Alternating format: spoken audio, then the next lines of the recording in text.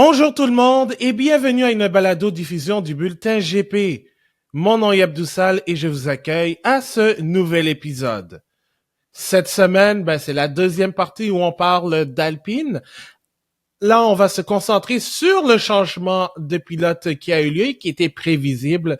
Donc, Franco Colapinto remplacera Jack Doohan dès le Grand Prix d'Émilie-Romagne qui a lieu durant la fin de semaine, au moment où on enregistre cet épisode.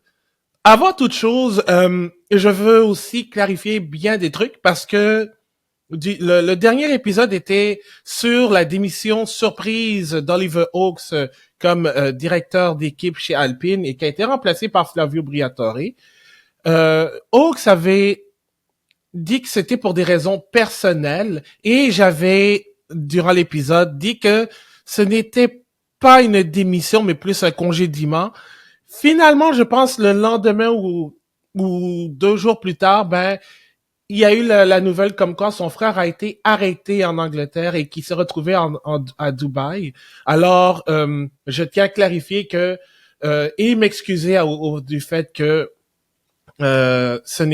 j'ai pensé que c'était plus un congédiement plutôt qu'une démission, vraiment pour raison personnelle. Alors, je m'excuse là-dessus. Je pensais sincèrement que c'était un congédiement de la part du groupe Renault suite au désaccord justement du changement de pilote qui a été fait.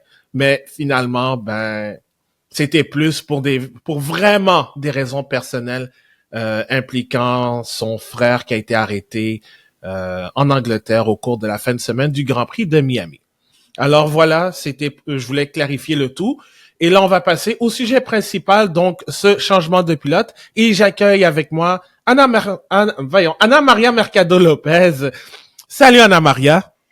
Salut Abdou. Comment vas-tu? Ça va très bien. Super.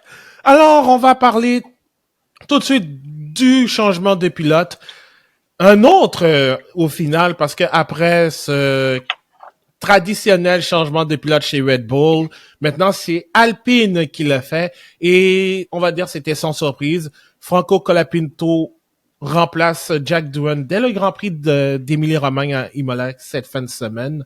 Donc, après 6 ou 7 Grands Prix, l'Australien Doohan cède sa place pour Colapinto qui a été signé par Alpine à la fin de l'année 2024 comme pilote de réserve aux côtés de Paul Aron et de Ryo Hirakawa. Mais finalement, c'est Doohan qui a subi le coup près aux dépens de Colapinto qui a eu 9 Grands Prix avec Williams l'année dernière en remplacement de Logan Sargent. Il en a inscrit 5 et est devenu une sensation en Argentine étant donné qu'il était le premier pilote en 23 ans à participer à un Grand Prix de Formule 1. Alors, Anna Maria, c'était, comme je disais, un changement de pilote prévisible. On le savait depuis même la fin de l'année dernière que ça allait arriver. Oui, était prévisible. Il y avait déjà des rumeurs qui disaient que lui était signé en prévision de qu'il fasse au moins quelques Grands Prix. Donc, on savait à l'avance que c'était une question de temps. C'est ce qu'on s'attendait pas. On s'attend depuis Australie que ce soit échangé. Mais de toute façon, quand on parle de Formule 1, il y a toujours les facteurs financiers, les sponsors derrière. Il s'avère que, c'est ça, dans la nouvelle connue en Argentine, c'est là qu'il s'était un peu retardé à cause de c'est ça, les sponsors, la financiation. Et si l'argent n'y arrive pas, les pilotes, ils prennent pas la voiture, c'est ce qui arrive.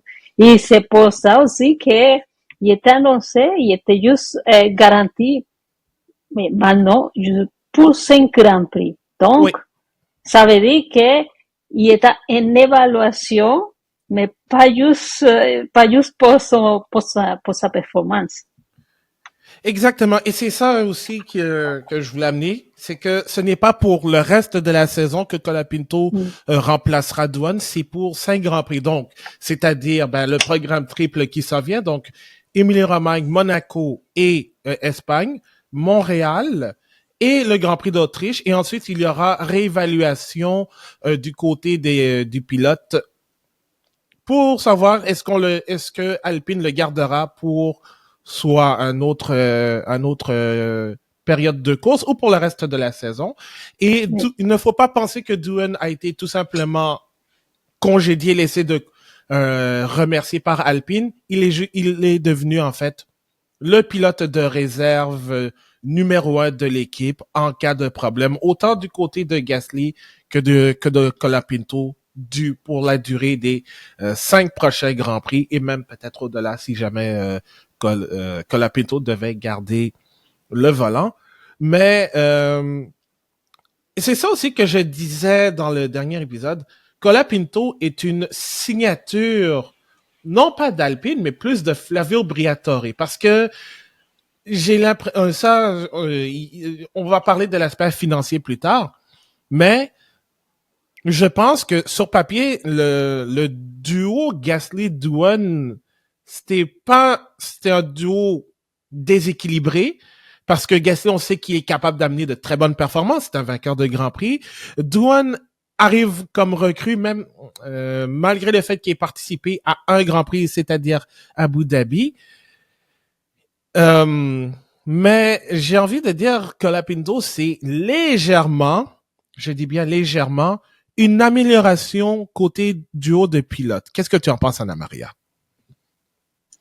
Oui, c'est sûr qu'avec Colapinto, légèrement, oui, il y a une amélioration côté des pilotes. On sait que Colapinto il y a beaucoup plus d'expérience. Oui, et lui était pas très connu avant qu'il fasse, qu'il fasse presque la moitié de la saison avec Williams.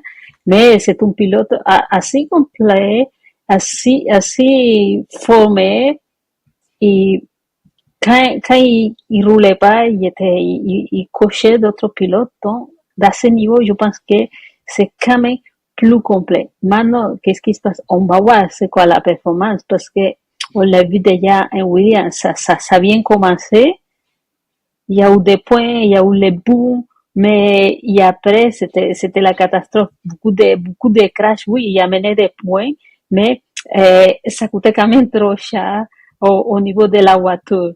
Donc, c'est ça qu'il faut, j'imagine que Alpine, ils vont regarder ça aussi. Parce que oui, c'est bien si les pilotes y amènent des points, c'est bien s'ils performent, mais s'ils crashent deux ou trois fois la voiture les fins de semaine, ça c'est pas très bien pour l'équipe. Ouais.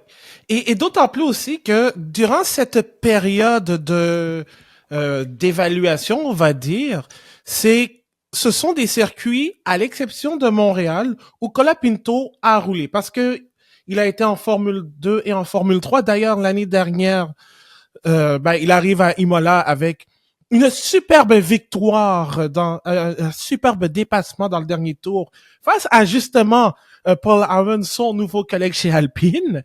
Euh, il a roulé à Monaco, en F2, en F3, ainsi qu'en Espagne et en Autriche. Donc, ce sont des circuits qu'il connaît des catégories juniors. Donc, ce n'est pas, contrairement aux 9 Grands Prix où il a participé, à l'exception d'Italie, parce que il y avait la F3. Là, il est en terrain connu. Donc ça va être un avantage, d'autant plus aussi que il a roulé dans une vieille Alpine d'il y a 2 ou 3 ans aussi pour des essais privés. Donc là-dessus, le scénario comparé à Williams s'annonce un peu plus facile pour Colapinto. Oui, l'escenario, pour bien commencer, c'est beaucoup plus facile. Comme tu l'avais bien dit, c'est des circuits qu'il connaît déjà. Les seuls inconnus, c'est Montréal, mais là, au moins, si lui a bien profité de la trois courses européennes, à Montréal, donc c'est toujours des surprises. Mais c'est pas lui le seul qui va être dans les circuits pour la première fois parce qu'il y a beaucoup de gens qui sont rejoints la Formule 1 cette année, donc ça va être pas lui le seul, donc il faut juste qu'il soit capable de tenir, il soit capable de faire, je dirais, plus attention et pas trop tester les limites parce que ça coûte cher. Ouais. Donc, Parce que en même donc c'est ça. temps, Si, oui, oui, oui. parce que en même temps, il y a aussi, il y a ça, mais c'est parce que quand il est arrivé l'année dernière avec Williams en remplacement de Logan Sargent, il avait juste roulé, il avait juste fait une FP1 à Silverstone et ensuite il est arrivé à Monza, jeté, désolé le terme, jeté dans le tas comme ça. Il a réussi, il a obtenu, il a bien fait il a bien fait à Monza dans les circonstances. Il a obtenu ensuite des points en Azerbaïdjan, mais et aux États-Unis aussi. Mais sinon, là, comme l'a dit, il arrive en terrain connu, donc Alpine, en plus de ça, lui a donné relativement un peu plus de préparation que ce qu'il a eu avec Williams, si on peut dire. Donc, côté, oui, il a travaillé en simulation avec le simulateur. Il a fait le travail régulier d'un pilote de réserve et de développement d'essai. Mais là, il va arriver surtout avec la pression que là, il a 5 courses pour prouver que Alpine a bien fait de dépenser beaucoup d'argent et d'ailleurs d'en donner à Williams pour le signer. Parce qu'il n'y a pas seulement que 2025, mais il y a aussi 2026. Il faut pas oublier aussi que Colapinto a signé un gros contrat avec Alpine. C'est un contrat de, je pense, 5 ans environ. Je pense que son contrat se termine en 2030, si je me trompe pas. Donc, Alpine, ou devrais-je dire plutôt Flavio Briatore, a fait en sorte de le sécuriser à long terme, pas pour devenir un pilote de réserve. Oui, c'est ça. Mais aussi, tu sais que les contrats, ils sont faits pour quelque chose, hein, Oui, pour qu'ils se brisent. Donc, il n'y a rien de garanti. Surtout quand on parle d'Alpine, il n'y a rien de garanti. Oui, maintenant, lui, elle est protégée de Flavio, bien sûr. Mais, eh, on va voir. C'est comme tu viens de dire, il y a 5 courses pour prouver qu'il a fait les bons choix. Donc, après ça, c'est, les contrats, ils savaient rien dire. Parce que de toute façon, même si lui a un contrat, si les sponsors ne fournissent pas, si lui ne fournit pas les points, ben, il va juste débarquer de la voiture, c'est ça. Et quand on parle d'Alpine, tu sais, c'est toujours l'inconnu. exact. C'est une situation instable chez Alpine. Ça, j'en avais parlé aussi du coup dans le dernier épisode. Mais quand même, quand j'ai dit c'est un léger une légère amélioration sur papier Oui. parce que on va se dire Jack Doohan certes est une recrue mais il ne m'a pas tant impressionné durant l'ensemble de la Yep. saison. Euh, Ouais. il y a eu bon ce qui s'est passé à Miami, ce n'était pas de sa faute, mais il a eu quand même un accident à son premier Grand Prix de la saison avec Mais, en Australie. Il y a eu cette erreur au Japon qui était de sa faute avec le DRS entrouvert lors des essais. Mais à part ça, il y a eu le Grand Prix de Bahreïn où ça a été, disons, un Grand Prix en 2 temps pour lui. Autant il était dans les points, mais ensuite ça a été une série d'erreurs. Il y a une pénalité. Ensuite, en Chine, des séries de pénalités en sprint et en course aussi. Donc, il y a eu certainement du bon, comme on l'a vu à Bahreïn, mais il y a eu aussi des moments qui auraient dû être mieux pour Douane. oui. Mais à sa défense, je dirais il n'a pas eu beaucoup de chance non plus, parce que c'est un recrue, c'est nouveau. Oui, c'est vrai qu'il a fait des erreurs, mais c'est vrai qu'il y avait dans certains moments que c'était pas sa faute. Oui, il a craché Australie, mais tous les pilotes, il y a une grande majorité, même Fernando Alonso a craché là-bas en Australie. Donc, Ouais. ça, c'est sûr qu'à partir du moment qu'on dit que la Pinto est là, tout de suite la loupe était sur lui, tous les yeux étaient sur lui, mais c'était pas le seul recul qui a fait des erreurs, c'est pas la son, il était pire que lui. Ouais. C'est ça. Mais la seule différence, c'est que lui, il n'y a pas eu, disons que Dohan, il n'y a pas eu la chance et il y a eu toujours la loupe sur lui, tout le monde y parlait de lui, il y a eu toujours la pression de on va les bomber dehors, on va les bomber dehors. Donc, oui, c'est sûr, Alpine, il a raison, il y a peut-être un meilleur pilote, mais en même temps, pourquoi l'a signé avant? Parce que Colapinto était déjà disponible quand on signait Dohan. C'est ça aussi. Est-ce que sa venue avec Flavio, ben c'est sûr, on cherche des meilleures performances, mais quand on dit que c'est un recrute, tu vives avec.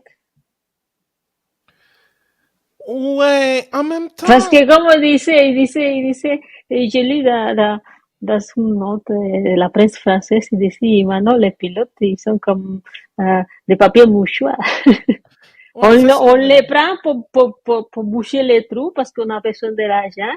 Et dès qu'on trouve quelque mieux, donc, ben, on le met dehors et on prend l'autre. C'est ça. Ben, et en même temps, et on le dit la même chose, même si c'est chiant, mais tout comme avec la grande famille Red Bull, ben c'est malheureusement ça la Formule 1. Comme tu dis, c'est un sport où justement les pilotes sont traités comme un peu des papiers mouchoirs. Les contrats sont des papiers mouchoirs parce que évidemment on veut le meilleur. Il y a le championnat, oui, il y a le championnat des pilotes, fine. Mais il y a surtout le championnat des constructeurs parce que les équipes payent beaucoup d'argent en recherche et développement pour construire une voiture et avoir des pilotes qui vont être en mesure de les amener à ces objectifs. Donc, quand ça fait pas leur affaire, ils peuvent trouver toutes sortes de moyens de se débarrasser du contrat. Et surtout, ben, on a malheureusement, la meilleure personne pour Ah, réitérer ce cas en Mr. Jesus Christ, encore une fois. ouais. Mais en, en même temps, Douane a eu beaucoup plus de préparation que Colapinto parce qu'il est avec l'équipe depuis quand même assez longtemps. Et d'ailleurs, c'est un ancien membre de Red Bull. Évidemment, Douane a obtenu le siège un peu par défaut, je dirais, parce que il y a eu ce bordel causé par Alpine avec le contrat d'Oscar Piastri. Bon, Fernando Alonso a décidé de quitter le navire pour aller chez Aston Martin, où l'herbe est maintenant moins verte que prévu, comme la voiture. Surtout pour lui. Ouais, le pauvre lui. Mais et ensuite, ben, t'as Esteban Ocon, ça s'est très mal terminé avec l'écurie qui a décidé de le laisser partir avant même la fin de la saison et qui a fait en sorte qu'on voit Jack Doohan. Mais le fait que Colapinto ait été signé comme pilote de réserve premièrement pour être ensuite mis sur un contrat, ça je pense c'était le premier avertissement comme quoi ça se peut que Colapinto soit en Formule 1 dès 2025. C'est ce qui m'a surpris aussi parce que là on va venir à ce sujet, c'est que je pense évidemment il y a pas seulement une raison sportive, mais surtout financière parce que Colapinto avec la hype qu'il a amené en étant le premier Argentin en 23 ans à piloter en Formule 1 pendant un Grand Prix. Et je pense le premier depuis Carlos Reutemann à inscrire des points en plus. Ben, il y a eu une effervescence. Puis, et il faut pas se le cacher, l'Argentine, a une riche histoire en course automobile, avec évidemment les Juan Manuel Fangio, Reutemann, José Froilan González aussi, qui ont marqué l'histoire de la course automobile et de la Formule 1 en particulier. Donc, voir Colapinto de retour, voir l'Argentine, pardon, de retour en Formule 1 a amené une vague énorme et ça se voit sur les internets.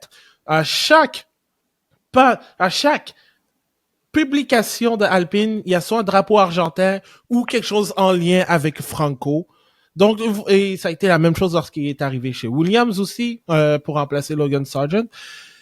Et surtout, la signature comme commanditaire de Mercado Libre, la plateforme de e-commerce en Amérique du Sud par excellence, avec Alpine. Et puis, je ne serais même pas surpris de voir un petit peu de jaune, comme on l'a vu sur la Williams l'année dernière pour 2 ou 3 Grands Prix. Mais ça dépend parce que qu'est-ce que se dit, mais les sponsors c'est pas assez gros qu'on y pense quand même. Et oui, Mercado Libre ça couvre Latinoamérique, mais c'est juste plus celui qui est concentré sur l'Argentine. Donc, lui va chercher les sponsors plus argentines, mais on sait aussi qu'Argentine, c'est pas dans une situation confortable financièrement. Donc, oui, il va chercher les sponsors, mais il faut que ça soit privé. Parce que dès que, s'il y a petit peu de public qui arrive à toucher, ça, c'est le scandale tout de suite. Il veut rien savoir, c'est ça. Le gouvernement, il veut rien savoir de que ça soit le public parce qu'il peut pas se permettre. Il peut pas se le permettre. Point. Il peut pas faire comme on faisait dans un moment donné Venezuela ou même Mexique. Il peut pas faire ça. Et là, l'autre côté, niveau des sponsors, c'est que, c'est ça. Colapinto, c'est Argentine et de la façon comme Amérique latine est comme distribuée. On peut prendre des pilotes, oui, c'est latino-américain, il va avoir des sponsors de tout, bas de tous côtés. Mais il y a aussi quand on dit c'est Argentine, c'est Argentine. Point. C'est le drapeau argentin. Ça inclut pas comme on peut pas dire non, mais c'est latino, il nous représente. C'est plus, c'est Argentine, c'est comme ça que ça marche. Mais en même temps aussi, on le voit parce que déjà, il y a des rumeurs comme quoi Alpine serait intéressé avec avoir Sergio Perez ou inversement Perez aurait approché Alpine. Puis Dieu Ouais, sait à quel point Perez amène beaucoup de sponsors mexicains aussi. Donc ouais. aussi financièrement, ça serait un plus pour Alpine. D'autant plus que c'est le nerf de la guerre. L'argent est souvent le nerf de la guerre en Formule 1 pour pouvoir performer. Donc, du côté de Colapinto, déjà, cette effervescence qui n'a jusqu'à présent pas diminué d'iota fait en sorte que financièrement, ça va rapporter pour Alpine. Ça répond quelque chose. Et c'est ça, ça va être certes, ça va être pour 5 Grands Prix et je sais pas si ça va être probablement prolongé si, avec un retour possible de Colapinto pour le reste de la saison, ce qui serait en plus pour Briatore qui aura gagné son pari du moins à court terme, mais quand même c'est ça aussi la Formule 1. C'est excusez le terme anglais, c'est ruthless. L'argent est toujours le nerf de la guerre parce que t'as besoin de subsister. Mais oui. Donc, tu as besoin d'un pilote qui est capable de t'amener des points parce que les points, ça rapporte de l'argent, mais aussi de la visibilité. Et Alpine en aura certainement en Argentine et même en Amérique latine et consorts. Oui, et c'est sûr, mais il faut pas avoir honte non plus parce que c'est sûr que les voitures, ils sont pas donnés, donc ça coûte beaucoup d'argent. Donc, quand un pilote est sur la voiture, il faut Il faut mener quelque chose parce que les autos, c'est pas gratuit. Si tu n'es pas à Hamilton, donc il faut pas t'attendre à te faire faillir pour conduire la voiture. Il faut que tu amènes quelque chose, c'est vrai. Ce qui est côté, comme tu dis, côté tchéco, ça met beaucoup ça donne beaucoup à parler. Donc, des robots tchéco alpines, il faut pas non plus se fier trop parce que maintenant, c'est tous les rumeurs qui sortent de Mexique, Checo et même il pourrait être signé pour Ferrari. Donc, ça là, il faut pas prendre pour acquis. Et puis, je veux revenir sur quelque chose parce que, tu sais, il y a un mois de cela, euh, Alpine avait dit que le siège de douane avec l'équipe euh, devrait être sécurisé jusqu'à au moins l'été. Donc, jusqu'à la pause estivale. Je suis surpris que ça, parce que on avait lu des rumeurs disant ah ben il va durer 5 grands prix ou il va justement durer jusqu'à justement l'épreuve d'Émilie-Romagne. Et là ensuite il y a un mois Alpine nous dit ben écoutez finalement je pense que c'était Oliver Oaks qui disait ça. Finalement ben Jack va rester avec Alpine jusqu'à l'été. Le temps de lui donner un peu plus de temps. Mais finalement, ben, ils ont dit, ben, on a vérifié après un quart de saison, puis on a dit, bon, OK, on va mettre Franco pour 5 grands prix. Ensuite, on verra qu'est-ce que advienne que pourra.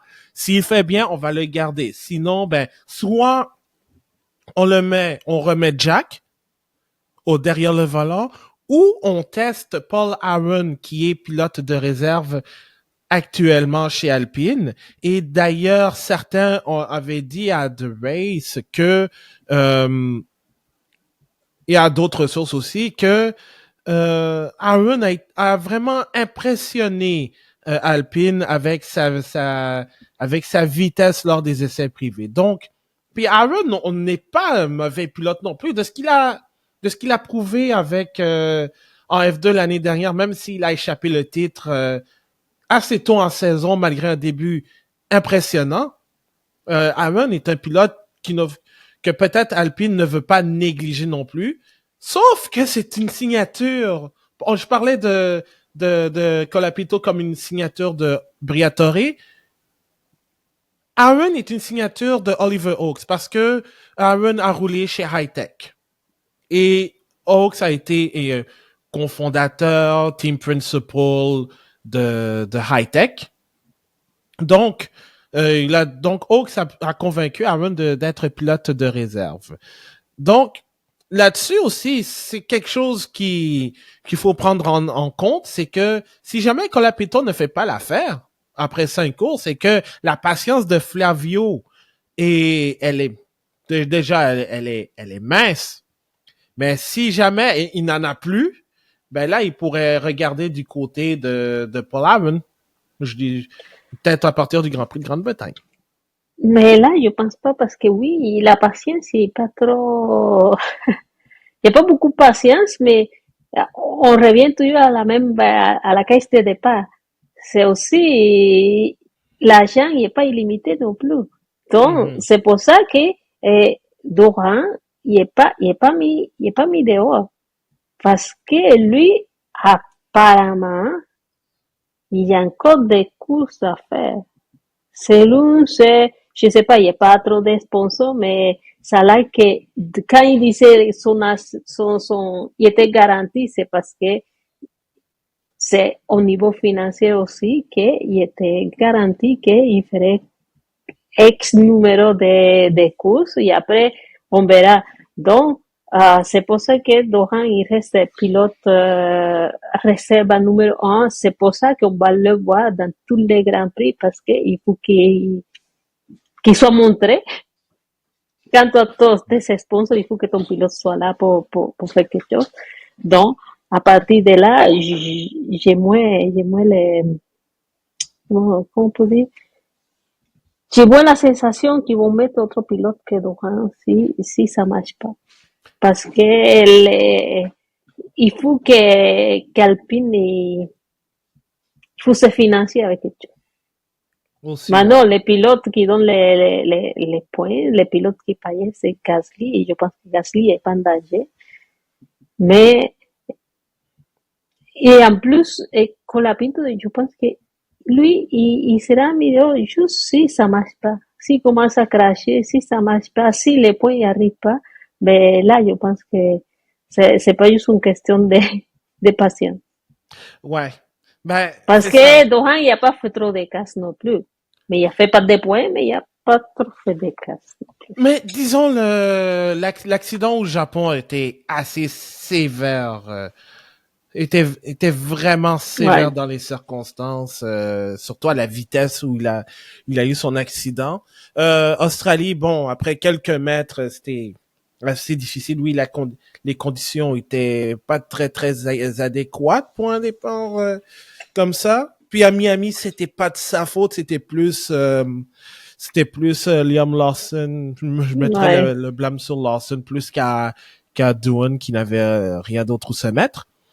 Mais sinon, et ça, comme je disais, c'est vraiment, c'est comme, on a mis Douane par défaut parce on voulait trouver quelqu'un de meilleur. Pas pour seulement 2025, mais au-delà de ça, parce que j'ai comme l'impression que c'est plus Flavio qui a pas confiance en Jack. Oui, il est là depuis longtemps, mais j'ai pas l'impression que, que Mr. Crashgate avait vraiment confiance en Jack. Il voulait aller chercher un pilote qu'il a vu, qu'il voit du bien, autant sur la piste que pour la moula.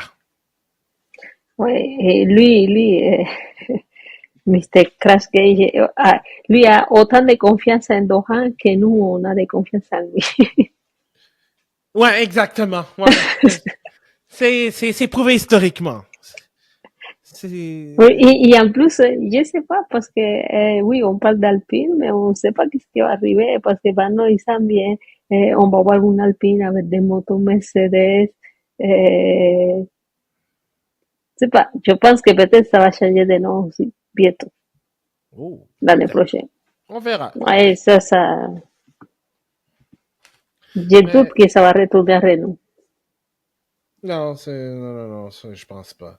Mais j'ai hâte de voir qu'est-ce que ça va donner avec Colapinto pour les 5 prochains Grands Prix parce que ça va être un des pilotes les Ah plus non, surveillés, mais oui, autant au travers des partisans, mais aussi pour ses performances et après le Grand Prix d'Autriche, parce qu'en plus, il y a un programme double avec le Grand Prix de Grande-Bretagne, donc Alpine aura une décision à prendre s'il garde Colapinto, soit et pour combien de temps, soit ils retournent avec Jack Doohan, ou peut-être ils essayent Paul Aaron. Mais ça va être à suivre vers la fin du mois de juin / début du mois de juillet lorsqu'on va préparer le Grand Prix de Grande-Bretagne. Mais en attendant, on va se concentrer sur le Grand Prix d'Émilie-Romagne. Et d'ailleurs, c'est ce qui va compléter cet épisode du Bulletin GP. Notre prochain épisode sera l'après-course du Grand Prix d'Émilie-Romagne, potentiellement le dernier Grand Prix de Formule 1 sur ce circuit historique, on va le dire. Donc, on est disponible sur toutes vos plateformes de podcast préférées, Spotify, Apple Podcast, YouTube aussi. On est aussi disponible sur Facebook, Blue Sky, Threads et Instagram, @le bulletin GP. Et évidemment, il y a le groupe Facebook La Monoplace que vous pouvez rejoindre en tout temps. Et d'ailleurs, Anna Maria, tu es aussi une des modératrices du groupe Facebook La Monoplace. oui, mais merci. Alors, ben, d'ailleurs, merci beaucoup pour ta présence pour cet épisode. Ça fait plaisir, ça me manque toujours de faire des podcasts. Ah ouais, écoute, ça faisait un petit bout, donc Ouais. on est de retour. Alors, mon nom est Abdoussal. On continue toujours de rouler avec le bulletin GP. On se retrouve pour un prochain épisode. du bulletin GP, que ce soit après course ou balado hebdomadaire. Salut tout le monde!